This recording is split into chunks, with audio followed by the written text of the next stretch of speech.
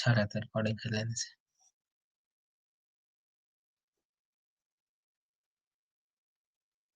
हम्म, ठीक है, तो रोटेशनल इक्विलिब्रियम की अभी बात नहीं करेंगे, वो रोटेशनल चैप्टर पढ़ने के बाद। तो ट्रांसलेशनल मोशन के अंदर ट्रांसलेशनल इक्विलिब्रियम का क्या मतलब है? कुछ भी नहीं, बहुत सिंपल सा, कि एक्सेलरेशन, या आप कह सकते हो net force should be equal to zero. The net force on a body should be equal to zero. अगर किसी भी बॉडी पे नेट फोर्स की वैल्यू जीरो है तो आप क्या कहोगे? कि yes, that body is in that body is in translational equilibrium. ठीक है, और इस के अंदर हम लोग बार बार ट्रांसलेशनल नहीं लिखेंगे, सिर्फ इक्विलिब्रियम भी अगर लिख दिया जाए तो आप क्या समझ जाओगे कि ट्रांसलेशनल इक्विलिब्रियम की ही बात हो रही है। तो इक्विलिब्रियम होने के अंदर का क्या राज है या क्या कंडीशन है? That net force on that body should be equal to zero. Clear है? अब मेरी बात को समझना, Newton first law of motion से हमें पता है ना, अगर नेट फोर्स किसी बॉडी पे जीरो है तो इसका मतलब उसकी एक्सेलरेशन भी क्या होगी? जीरो होगी, राइट? तो ये चीज समझ में आ गया हमें। एक चीज और समझ में आता है, नेट फोर्स अगर मैं जीरो बात कर रहा हूँ तो मतलब ये नहीं कि सिर्फ एक्स में या सिर्फ वाई में, नहीं, किसी भी एक्सिस में नेट फोर्स जीरो होना चाहिए, है कि नहीं? अगर मैं एक्स डायरेक्शन में भी देखूं तो नेट फोर्स कितना होना चाहिए? जीरो। वाई एक्सिस में भी देखो तो नेट फोर्स कितना होना चाहिए? जीरो। चाहे मैं जेड एक्सिस में क्यों ना देखूं, हर एक एक्सिस में हमारा क्या होना चाहिए? Force zero. ठीक है, और एक्सिस तो आप समझ ही रहे हो, आपको शायद लास्ट क्लास मैंने बताया ही है कि हम यहाँ पे जो एक्सिस चूज करते हैं वो कौन सा चूज करते हैं? एक्सेलरेशन की एक्सिस, है ना? एक्सेलरेशन की एक्सिस को चूज करते हैं और फिर उसी डायरेक्शन में एक्सेलरेशन के एक्सिस को चूज करके और एक्सेलरेशन के ही एक्सिस में सारे फोर्स को रिजॉल्व करते हैं, और फिर उन्हीं सुटेबल एक्सिस में हम क्या लगाते हैं? फिर टू एम लगाते हैं। तो यहाँ पर मोस्टली जो हमारा एक्सिस यूज होगा वो डेफिनेटली आपका एक्सेलरेशन वाला यूज होगा ही। तो आप चाहो तो उसे एक्स बोल लो, जिसे भी बोलना है, लेकिन हर एक एक्सिस के अंदर क्या होना चाहिए? नेट फोर्स की वैल्यू जीरो होनी चाहिए। ठीक है, तो अगर नेट फोर्स की वैल्यू जीरो आ रही है तो डेफिनेटली आप क्या कहोगे? एक्सेलरेशन भी तो जीरो ही होगा ना, जब फोर्स ही नहीं तो नेट फोर्स ही नहीं तो फिर एक्सेलरेशन कहाँ से आएगा? ठीक? अब समझना, कुछ क्वेश्चंस मैं पूछ रहा हूँ। ये बॉडी है रेस्ट में, इज इट इन इक्विलिब्रियम?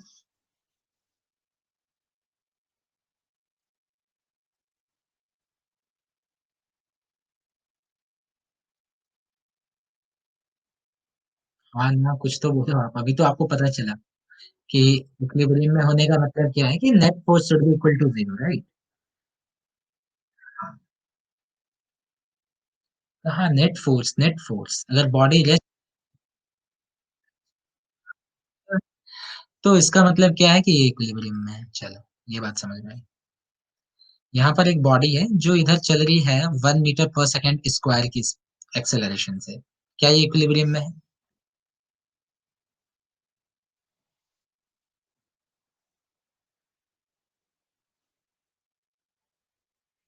नहीं है। शायद का क्या मतलब होता है? या तो होगा या तो नहीं होगा।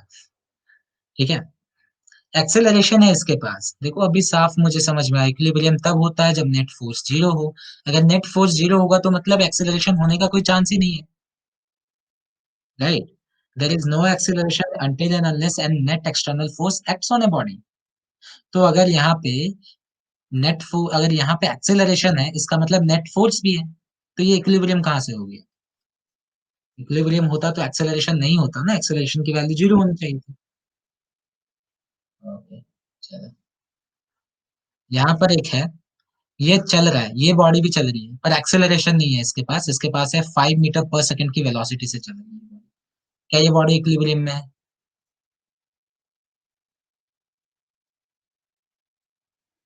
It is moving with an uniform velocity. ये यूनिफॉर्म मोशन में ये बॉडी है, ठीक है? ये बॉडी किसमें है? Uniform motion. बिल्कुल, ठीक है। हाँ, तो ये इक्विलिब्रियम में है। अब यहाँ पे अक्सर बच्चों से गलती होती है, ठीक है? वो क्या सोचते हैं इक्विलिब्रियम का मतलब सिर्फ होता है रेस्ट, कि कोई बॉडी रेस्ट में है तभी इक्विलिब्रियम में हो सकती है। No, this is the wrong concept. ठीक है, एक बॉडी अगर यूनिफॉर्म मोशन में है ना, तो भी वो इक्विलिब्रियम में है, क्योंकि यूनिफॉर्म मोशन का भी मतलब होता है acceleration is equal to zero. और अगर एक्सेलरेशन जीरो है तो इसका मतलब नेट एक्सटर्नल फोर्स भी जीरो होगी, राइट? और नेट एक्सटर्नल फोर्स 0 है तो मतलब कि वो बॉडी इक्विलिब्रियम में है। तो आपको इसलिए समझ के चलना है, अगर हम ट्रांसलेशनल इक्विलिब्रियम की बात कर रहे हैं तो इसके लिए या तो बॉडी रेस्ट में होनी चाहिए या तो बॉडी यूनिफॉर्म मोशन में होनी चाहिए। ठीक है, दोनों ही इक्विलिब्रियम का केस है। और बच्चे अक्सर क्या गलती करते हैं, मिसकंसेप्शन क्या पाल लेते हैं कि कोई बॉडी यूनिफॉर्म मोशन में होती है तो बोलते हैं नहीं सर ये चल तो रहा है, इक्विलिब्रियम में कहाँ से होगा। ठीक है, वो मिसकंसेप्शन होता है। तो इक्विलिब्रियम हो गया, अब सीधा क्वेश्चन बनाएंगे। क्वेश्चन बनाएंगे, क्वेश्चन उठा लेते हैं जैसे कि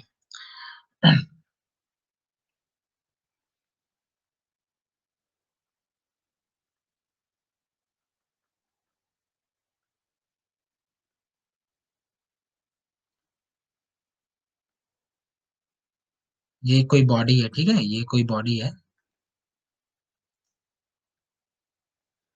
ये एक बॉडी है, मान लेते हैं कितने की है, 2 kg की बॉडी है, ठीक है। एंड यहाँ पर एक स्ट्रिंग है हमारे पास,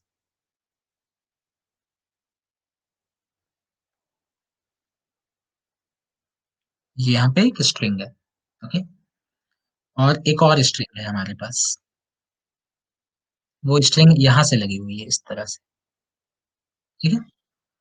और ये जो एंगल है ना, ये वाली एंगल, ये जितने एंगल पे, क्योंकि ये तो टेढ़ा है ना, ये हॉरिजॉन्टल तो है नहीं ये वाला स्ट्रिंग, तो ये एंगल आपको दे दिया गया है 53 डिग्री। तो आपसे क्या पूछता है ना, सिंपली आपसे क्या पूछता है कि what should be the value of tension in the string, what should be the what should be the value of tension in the strings, in the strings if the 2 kg particle or 2 kg body या body of mass 2 kg, same बात है, is at equilibrium।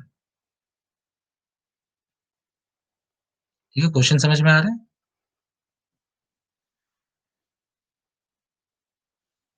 ये 2 kg का block है, दो string से बना हुआ है, एक इधर है और एक ये तिरछा वाला। ये एंगल आपको दे रखा है 53 डिग्री, और आपसे पूछ रहा है कि ये दोनों ही दो रस्सी हैं तो डेफिनेटली रस्सियों में कौन सा फोर्स लगता है, टेंशन लगेगा। तो दोनों रस्सियों में कितना टेंशन लगेगा ये पूछ रहा है, if this 2 kg block is at equilibrium, अगर ये इक्विलिब्रियम में है। ठीक, तो हमारा देखो, हमारा नजरिया बिल्कुल भी बदलने वाला नहीं है। हमें अगर क्वेश्चंस बनाने हैं तो हमारा जो अप्रोच था ना, अप्रोच सेम रहेगा। सबसे पहला अप्रोच हमें क्या करना है कि अपने सिस्टम को डिफाइन करना है। तो हमारा सिस्टम कौन है, ये 2 kg वाले ब्लॉक पे ना हमें ऑब्जर्वेशन रखनी है ना। हम किसकी बात कर रहे हैं, 2 kg वाले ब्लॉक की। तो इस वाले ये जो बॉडी बीच में है ये वाला, इस पे देखते हैं कि कौन कौन से फोर्सेस इस पे लग रहे हैं। सेकंड काम क्या था कि इस पे लगने वाले सारे फोर्सेस देखने हैं। तो इस पे लगने वाले सारे फोर्सेस देख लेते हैं। तो एक फोर्स तो इस पे नीचे की ओर mg तो लगेगा ही, है ना। तो 2 kg का ब्लॉक है तो इस पे नीचे की ओर कितनी फोर्स लगेगी, 2g। 2 is the value of m and g, 2g, mg तो नीचे लगना ही लगना है। अच्छा, यहाँ पर ये वाला स्ट्रिंग है आपके पास, तो ये स्ट्रिंग इसे इधर की ओर खींचेगा ना, टेंशन फोर्स लगेगा, सपोज इसे T1 कह देते हैं। अच्छा, यहाँ पर भी एक स्ट्रिंग है तो इधर भी एक फोर्स लगेगी ना, सपोज इसे हम कौन सा फोर्स कह देते हैं, T2 कह देते हैं। क्योंकि अलग अलग अगर स्ट्रिंग्स है तो डेफिनेटली उसमें जो टेंशन होगा वो भी अलग अलग होगा। Okay, just wait for a minute. Wait for a minute. Okay, I'm just coming.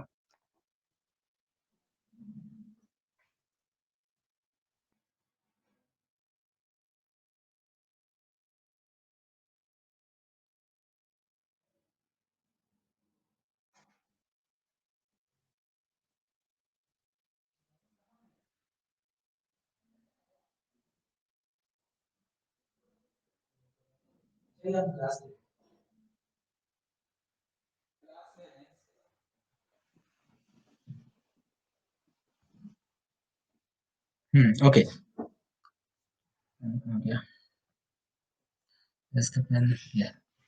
ठीक है, ये चीज समझ में आई। फोर्सेस तो यही तीन फोर्सेस लगेंगी, और कोई फोर्स लगेगा क्या इस पे, देखो।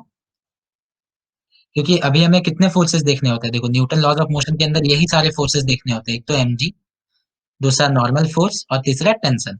और आगे चलकर एक और फोर्स आएगा, वो होता है स्प्रिंग फोर्स, ठीक है। तो बेसिकली यही 4 फोर्स। तो अभी तो स्प्रिंग हमने पढ़ा ही नहीं, तो ये तो आएगा ही नहीं, स्प्रिंग कहीं है ही नहीं, ठीक है। mg तो लगेगा ही, लगा दिया। नॉर्मल फोर्स कब होता है? जब कहीं कांटेक्ट हो, तो यहाँ कांटेक्ट तो है ही नहीं, तो नॉर्मल फोर्स तो लगेगा नहीं।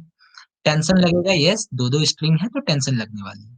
टेंशन हमेशा खींचता है, तो यहाँ पे अवे फ्रॉम द सिस्टम ये T1 लगा दिया, और इधर away from the system T2 लगा दिया। टेंशन हमेशा स्ट्रिंग के अलोंग लगती है ना।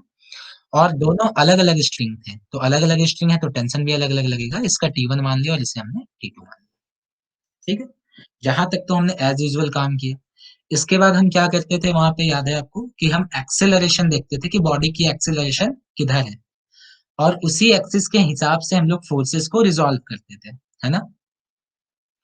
पर देखो यहाँ पे क्वेश्चन के अंदर दे दिया गया है कि this 2 kg block is at equilibrium. Equilibrium में होने का मतलब है कि इस पे एक्सेलरेशन तो होगा ही नहीं, ठीक है। इक्विलिब्रियम का मतलब कि एक्सेलरेशन इसमें होगा ही नहीं। या इसे अनदर वर्ड में क्या कह सकते हैं कि इस पे नेट फोर्स कितनी होगी? जीरो होगी। तो हमें नेट फोर्स को क्या करना होगा? जीरो करना होगा। चलो 2 kg को मैं इधर साइड में कहीं लिख देता हूँ, 2 kg का ब्लॉक है, ठीक है। तो अब देखो, यानी कि इस पे अगर नेट फोर्स हमें जीरो करना है, तो ये वाले हमें क्या करना होगा ना, कि फोर्सेस को अलग अलग एक्सिस में तोड़ना होगा। अगर नेट फोर्स जीरो होना मांगता है, फोर्स को अगर जीरो होना मांगता है, तो इसका मतलब क्या है कि एक्स डायरेक्शन में भी नेट फोर्स जीरो होना चाहिए, वाई डायरेक्शन में भी नेट फोर्स जीरो होना चाहिए, और जेड डायरेक्शन में भी नेट फोर्स जीरो होना चाहिए। पहला क्वेश्चन है, तो बिल्कुल मैं पार्ट बाय पार्ट बता रहा हूँ। अब देखो, तो यहाँ पे अगर मैं देखूं, तो मेरे लिए मैं मान लू एक्स एक्सिस इसी को मान लेते हैं, ये हॉरिजॉन्टल एक्सिस को, जैसा हम लोग जिंदगी भर मानते हैं। तो इसका परपेंडिकुलर एक्सिस जो होगा वो कौन सा एक्सिस होगा? वाई एक्सिस होगा। तो देखो, ये वाला फोर्स आपका T1 किस में है? एक्स एक्सिस में है, बहुत अच्छी बात। ये जो 2G फोर्स है ये किस में है? वाई एक्सिस में है, बहुत अच्छी बात। लेकिन T2 देखो तो ये तो तिरछा जा रहा है, ना ही एक्स में है ना ही, ये तो एक्स वाई प्लेन में है। तो कोई दिक्कत नहीं है, इसके कंपोनेंट्स ले लेंगे, रिजॉल्व कर देंगे इसको। इसको रिजॉल्व करेंगे तो देखो इसके दो कंपोनेंट्स आ जाएंगे क्या हमारे पास। एक कंपोनेंट तो इधर की ओर आ जाएगा इस तरह से। ये कितना एंगल के साथ वाला कंपोनेंट क्या होता है? कॉस कंपोनेंट, तो ये T2 कॉस 53 डिग्री। और एंगल से दूर वाला कंपोनेंट क्या हो जाता है? साइन कंपोनेंट, तो ये हो जाएगा T2 साइन 53 डिग्री। क्लियर है यहाँ तक? चलो एफबीडी बना लेते हैं, ठीक है। एफबीडी बना लेते हैं ताकि यहाँ पे ज्यादा कंफ्यूजन ना हो। एफबीडी बनाएंगे तो देखो, ये मान लो आपका 2 kg वाला ब्लॉक हो गया। इस पे नीचे की ओर कितनी फोर्स लग रही है? 2G। इधर की ओर कौन सी फोर्स लग रही थी? T1। सीधा बना लेता हूँ मैं, ठीक है। इधर कौन सी फोर्स लग रही थी? T1। तो T1 बना लिया। अब देखो, इस T2 को तो हमने दो भाग में बांट दिया है, तो दोनों को बना लेते हैं। पहला T2 cos 53, है ना।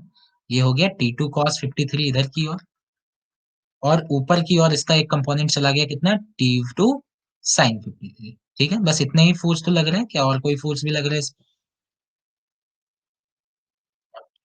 नहीं? हाँ, और T2 को हमने दो भाग में बांट दिया था, रिजॉल्व कर दिया था, तो उसके दो कंपोनेंट्स हमने बना दिए।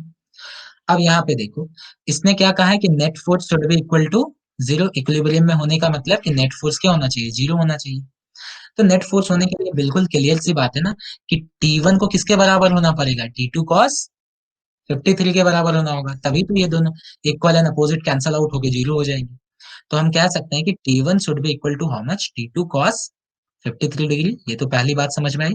और दूसरा, अगर इस वाई एक्सिस में देखें, तो वाई एक्सिस में जीरो होने के लिए क्या होना होगा? T2 sin 53 degree should be equal to 2G।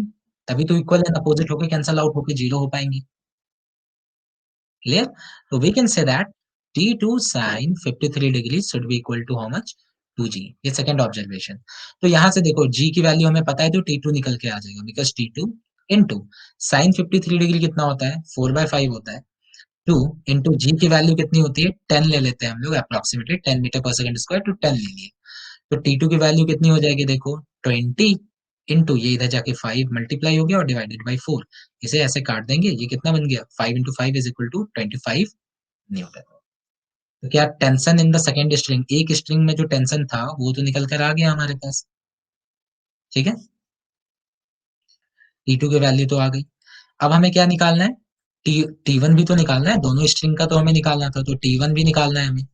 तो T1 की वैल्यू कैसी आएगी, कोई दिक्कत नहीं है, T2 की वैल्यू आ चुकी है तो इक्वेशन नंबर 1 में जस्ट पुट कर दो। तो T1 is equal to how much, T1 is equal to T2 cos 53 degree था। तो T1 की वैल्यू कितनी हो जाएगी, T2 की वैल्यू डाल दो 25 न्यूटन, और cos 53 इज नथिंग बट 3/5, तो ये कट गया 5 टाइम्स में, ये आपका आ गया 15 न्यूटन, यानी T1 is equal to 15 Newton, और T2 तो निकल कर आया ही था अभी अभी हमारा कितना, 25 न्यूटन। तो दोनों ही स्ट्रिंग में आपका आ गया कितना कितना टेंशन है।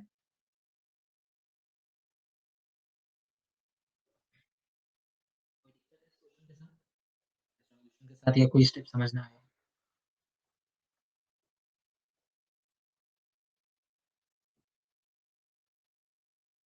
यस,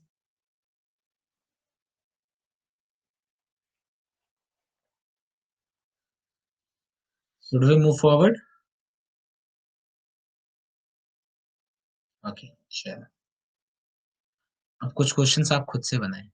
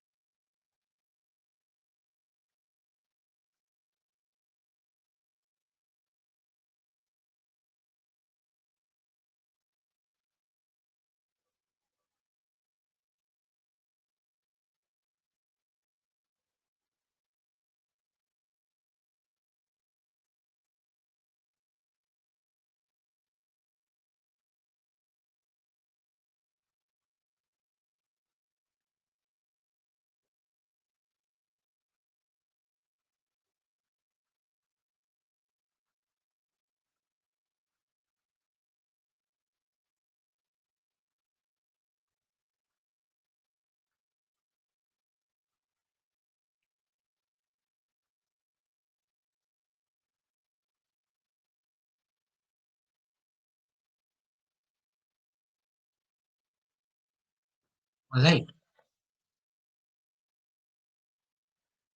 एक चीज और भी है।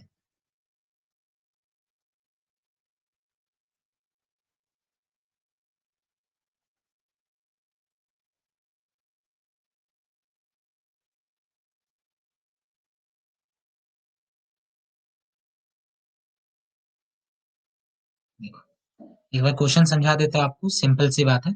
यहाँ 2 kg का एक बॉल रखा हुआ है, ठीक है, मतलब ऐसा ही है, ठीक है, और वर्टिकल है, यहाँ पे ये वॉल है, ठीक है, this is nothing but wall. ये आपका वॉल है, ये आपका वही बॉल है, वॉल एंड बॉल। अब क्या है कि ये एक तो यहाँ पे सटा हुआ है इस वॉल से, ठीक है, और यहाँ पे ये रस्सी लगी हुई है, ये टेंशन है, ठीक है, यहाँ पे रस्सी है, आई मीन स्ट्रिंग है, और ये जो एंगल बन रहा है ये कितना बन रहा है, 37 डिग्री। तो आपसे पूछ रहा है कि अगर ये 2 kg वाला बॉल जो है, ये अगर इक्विलिब्रियम में है, तो इस स्ट्रिंग में कितना टेंशन होगा वो निकालो।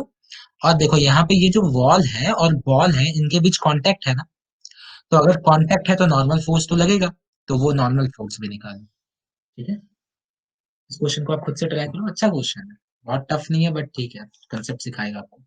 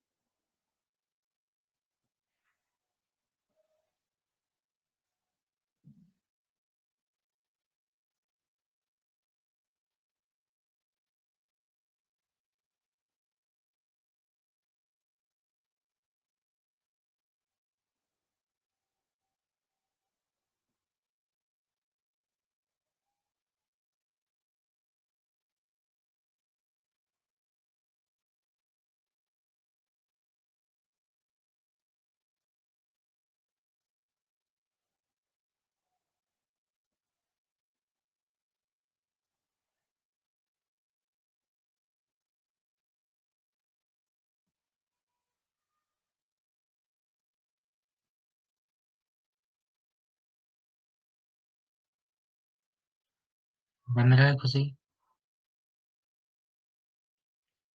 Definitely no problem. ट्राई तो करना है।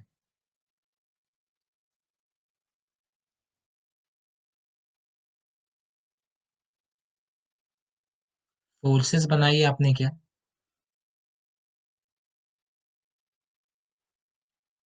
हाँ, तो एफबीडी बिना फोर्स के थोड़ी बनेगा। हम्म, हम्म।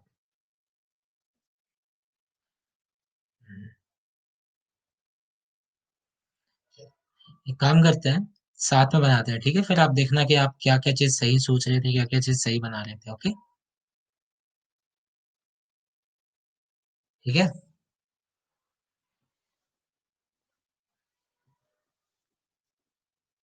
Can you hear me?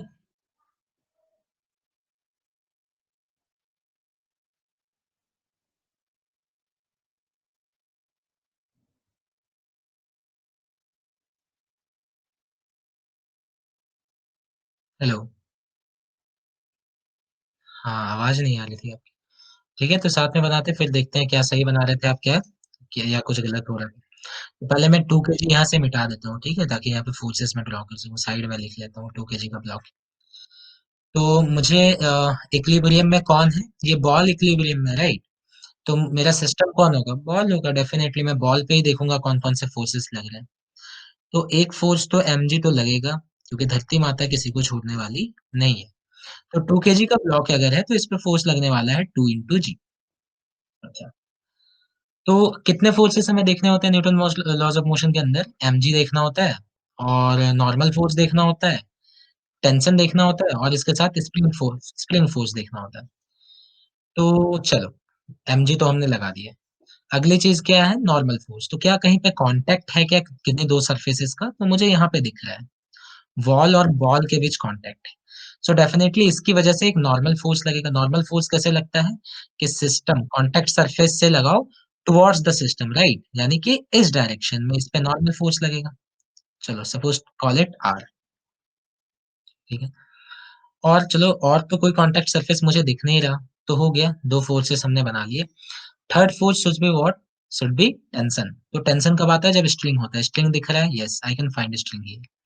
तो मुझे स्ट्रिंग साफ साफ दिख रहा है। तो चलो स्ट्रिंग को बना लेते हैं। 1 सेकेंड, ये पहले से मैंने कंप्लीट कर दिया। स्ट्रिंग बना लेते हैं। String force.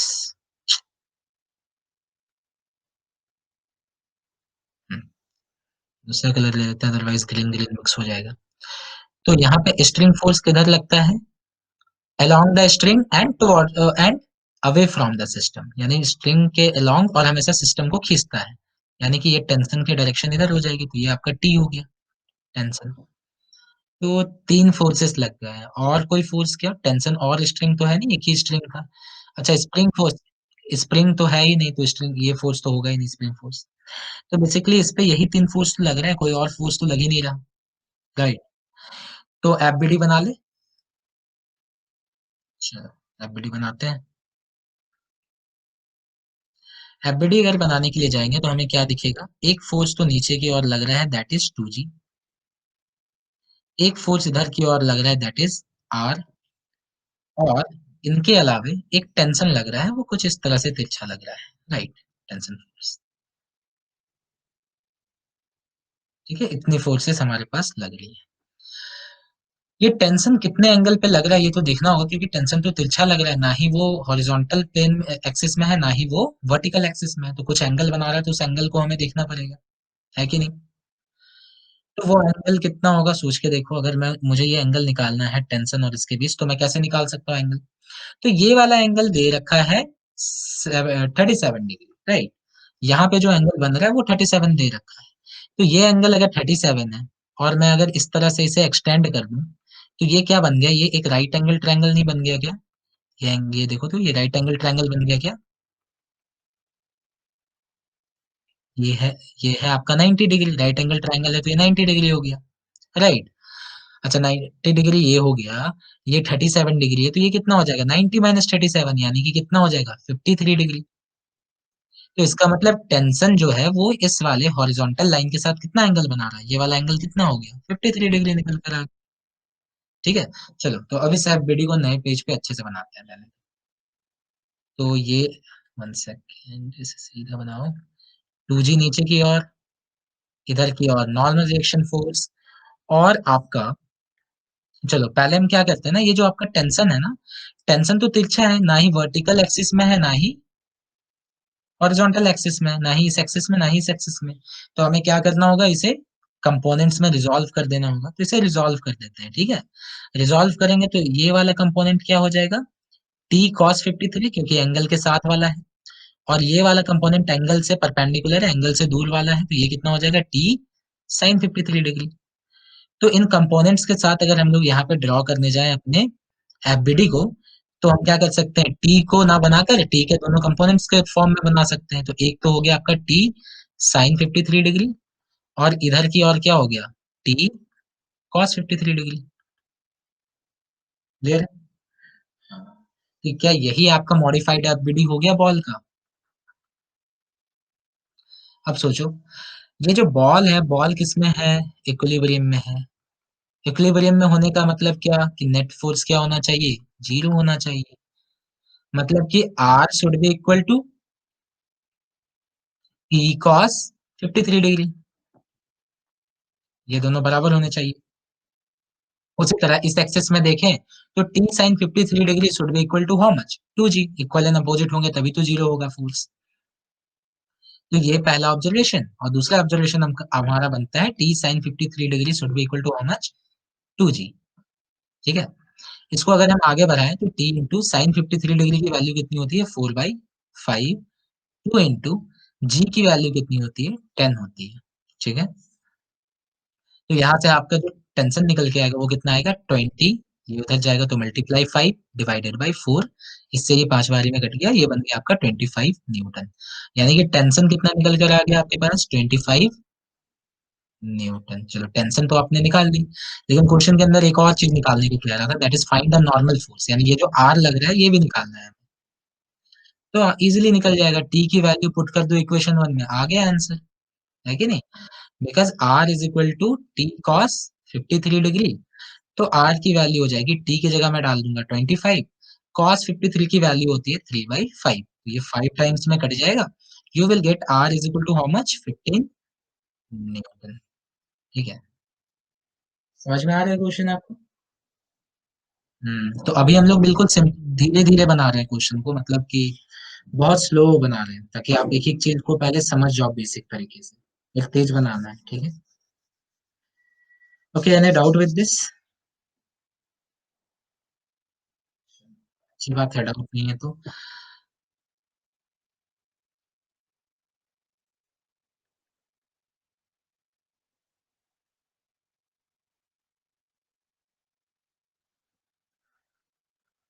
Now I am giving you a question.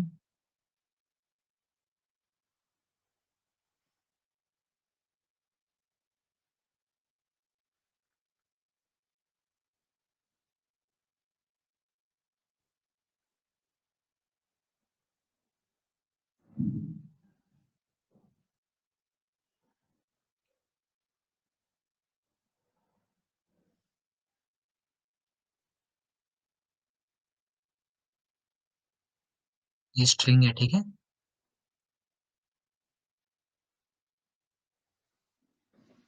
Let's say this is of 2 kg, and this angle is say 53 degree.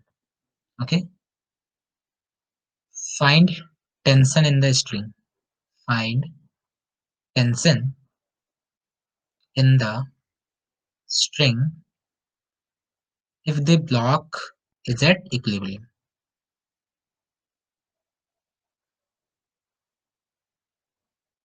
ठीक है, इस क्वेश्चन को आप खुद से ट्राई करो, और बनना चाहिए, कुछ है नहीं क्वेश्चन में, दम नहीं है। बस फोर्स को रिजॉल्व करोगे सही से हो जाएगा। ऐसे ही ट्राई क्यों बनता है। चलो।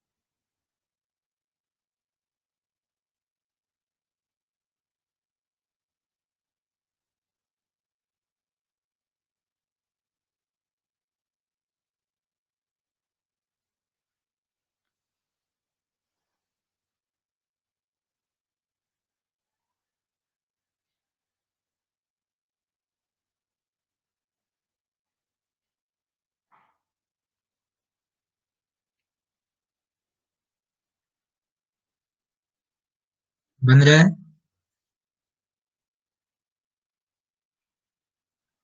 नहीं बन रहा। ओके, चलो पहले मैं ये 53 डिग्री हटा देता हूँ ताकि बनाने में आसानी हो। इधर लिख देता हूँ, ठीक है, 53 डिग्री। 2 kg भी हटा देता हूँ, 2 kg साइड में लिख देता हूँ। चलो। अच्छा, सबसे देखो, बिल्कुल बेसिक से आप चलना है आपको, स्टेप वाइज चलते हो क्यों नहीं बनता है फिर? एकदम स्टेप वाइज तो चलना है। पहला स्टेप क्या, हमारा सिस्टम कौन है? यही है, ब्लॉक ही है ना, ब्लॉक इक्विलिब्रियम है, ब्लॉक की बात हो रही है, तो मुझे ब्लॉक पे फोर्सेस देखने हैं। तो मैं क्या करूंगा, ब्लॉक पे कौन कौन से फोर्सेस दिख रहे हैं सारे देख लूंगा। ठीक है, तो एक तो धरती माता किसी को नहीं छोड़ती है, तो नीचे की ओर आपका एम जी लगना ही लगना है।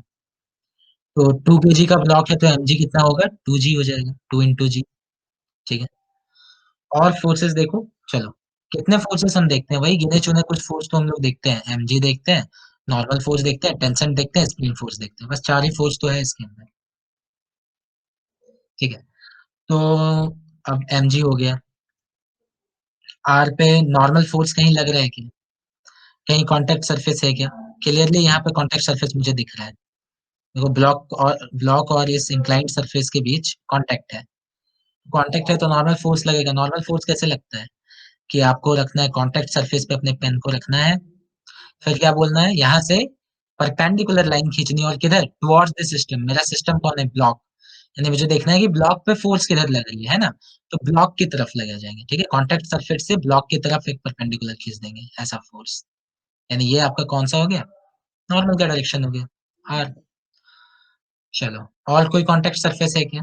और तो कोई कांटेक्ट सरफेस है नहीं। चलो, तो अब बात करते हैं, दो फोर्सेस हो गए। टेंशन, टेंशन लगता है स्ट्रिंग में, स्ट्रिंग है, स्ट्रिंग मुझे दिख रहा है, तो टेंशन फोर्स लगा देते हैं। टेंशन लगा देते हैं, टेंशन किधर लगता है, पेन रखो और बोलो along the string away from the system, लगा दिया टेंशन। और कोई फोर्स लगेगी क्या, देखो, टेंशन भी हो गया, स्प्रिंग तो है ही नहीं, तो ये फोर्स लगेगा नहीं, और फ्रिक्शन की भी अभी बात नहीं हो रही, यानी इतने सारे फोर्स लग रहे हैं। क्या इसके अलावा कोई और फोर्स?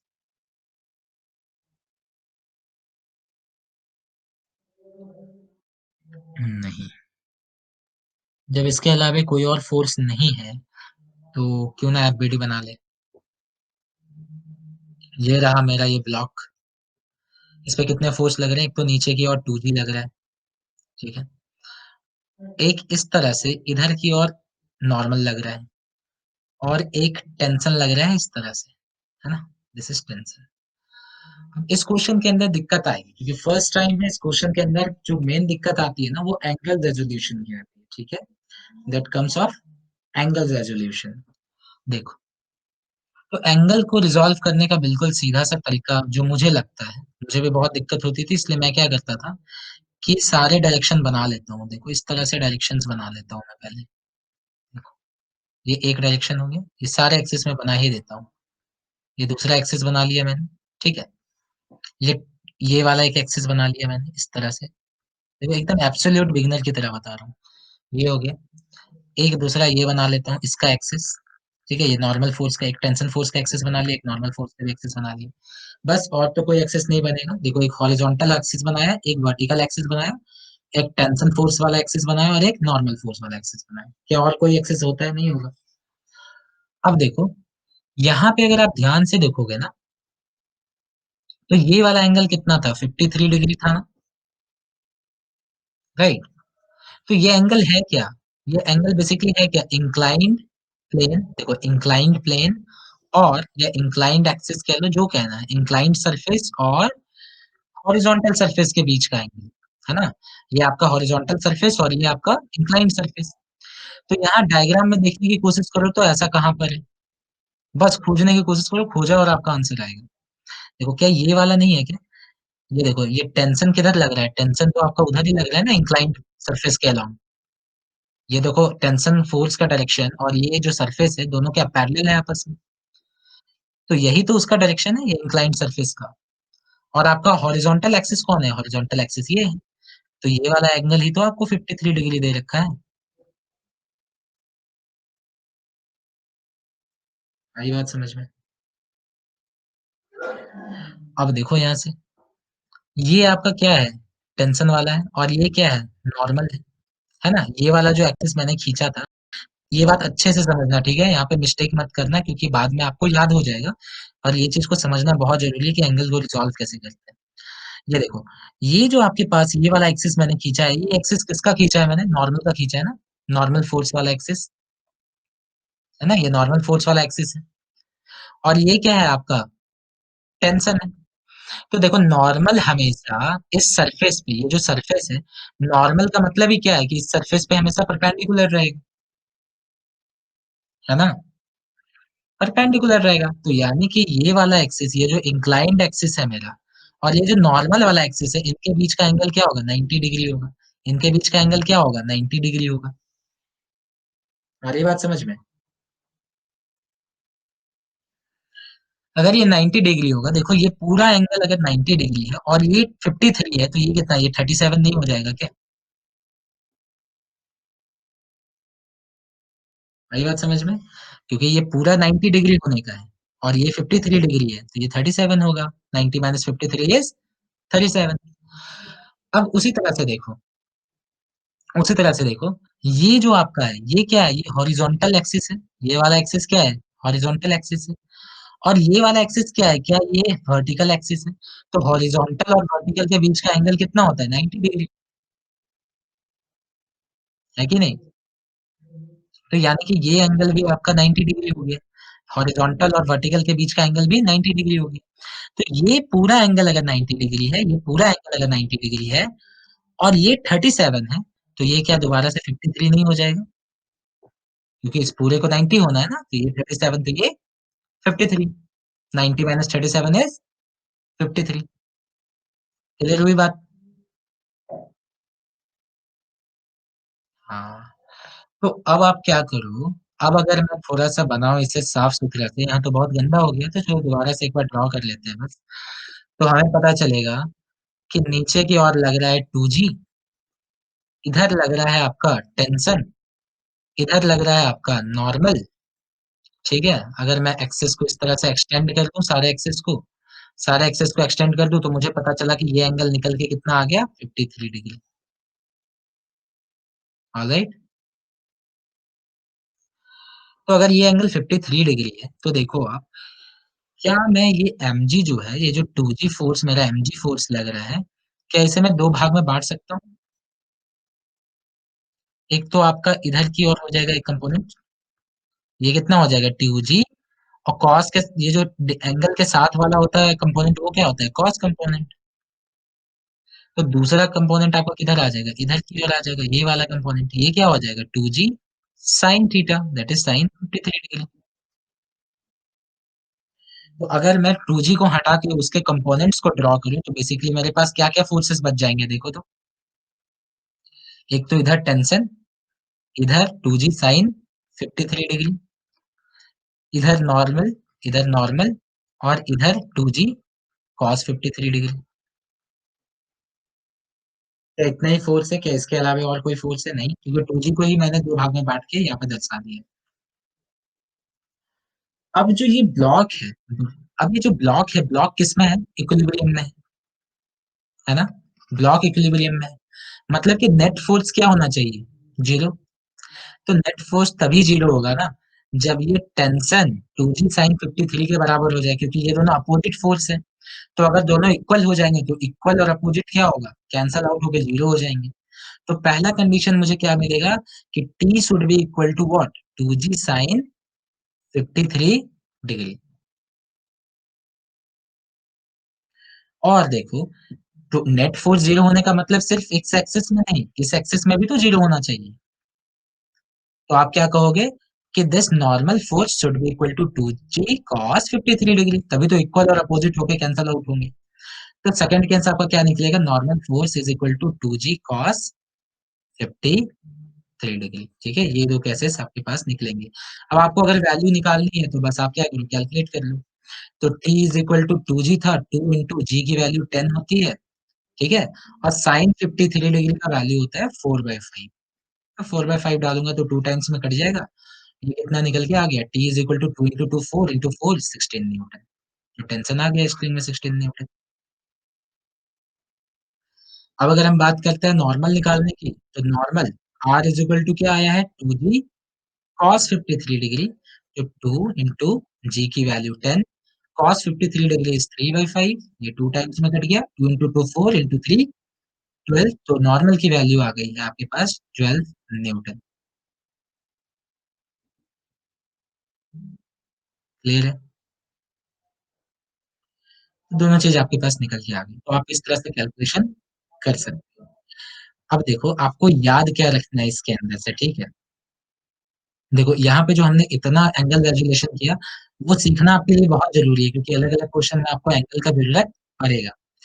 पर एक चीज जो इस क्वेश्चन से आप याद रख सकते हो, कि जब भी इंक्लाइंड सरफेस होगा ना इस तरह से,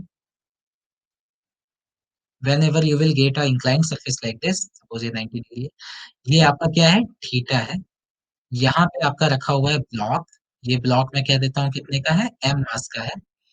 तो इस पे फोर्सेस जब हम बनाएंगे, तो नीचे की ओर फोर्स क्या होगा? mg। ठीक है, तो mg क्या ना, दो कंपोनेंट बटेगा, ठीक है, mg के दो कंपोनेंट होंगे। अच्छा, mg के दो कंपोनेंट होंगे, कौन कौन से कंपोनेंट होंगे देखो। या mg के कंपोनेंट देखने से पहले मैं क्या बता देता हूँ, एक और फोर्स बता देता हूँ। देखो यहाँ पे ये क्या है? कॉन्टेक्ट सरफेस है, तो नॉर्मल तो लगेगा ही ना इस तरह से। नॉर्मल को मैंने पहले ही बना दिया, ठीक है, कोई दिक्कत? अब यहाँ पे देखो, जब भी mg हो, जब भी आपको इंक्लाइंड सरफेस दिखे और mg हो, तो mg के दो कंपोनेंट में आप उसको तोड़ देना, ठीक है। एक कंपोनेंट इधर की ओर आएगा, ठीक है, mg का एक कंपोनेंट इधर की ओर आएगा, that is how much? mg sine. और देखो यहाँ पे एंगल कितना है? थीटा है ना, तो वही एंगल थीटा। ठीक, दूसरा कंपोनेंट, ठीक है, एक कंपोनेंट तो इधर आ गया, दैट इज ये इंक्लाइन के पैरेलल, ये वाला जो सरफेस है ना, इंक्लाइन सरफेस, इसके पैरेलल एक कंपोनेंट आएगा। और दूसरा कंपोनेंट किसके एक्सिस में आएगा? किसके लाइन में आएगा? तो नॉर्मल फोर्स के लाइन में आएगा। दूसरा कंपोनेंट किसके लाइन में आएगा? नॉर्मल फोर्स के लाइन में आएगा। और उसकी वैल्यू कितनी होगी? mg cos, यहाँ पे ये वाला एंगल थीटा है, तो थीटा। क्लियर? तो mg को आप बिना कुछ सोचे समझे दो कंपोनेंट में बांट देना है, ऐसे क्वेश्चंस के अंदर, ऐसे सिचुएशंस के अंदर। अब ऐसा मैंने क्यों किया? देखो यहाँ पे करके भी तो वही आया था हमारा, देखो तो, जब हमने mg को काटा, तो देखो इधर क्या आया? 2g sin 53 डिग्री इंक्लाइन के अक्रॉस। और इधर नॉर्मल के लाइन के अक्रॉस जो आया वो क्या आया है? 2g cos 53 degree. और 53 क्या था? देखा जाए तो 53 डिग्री यही वाला एंगल तो था, इंक्लाइन एंगल।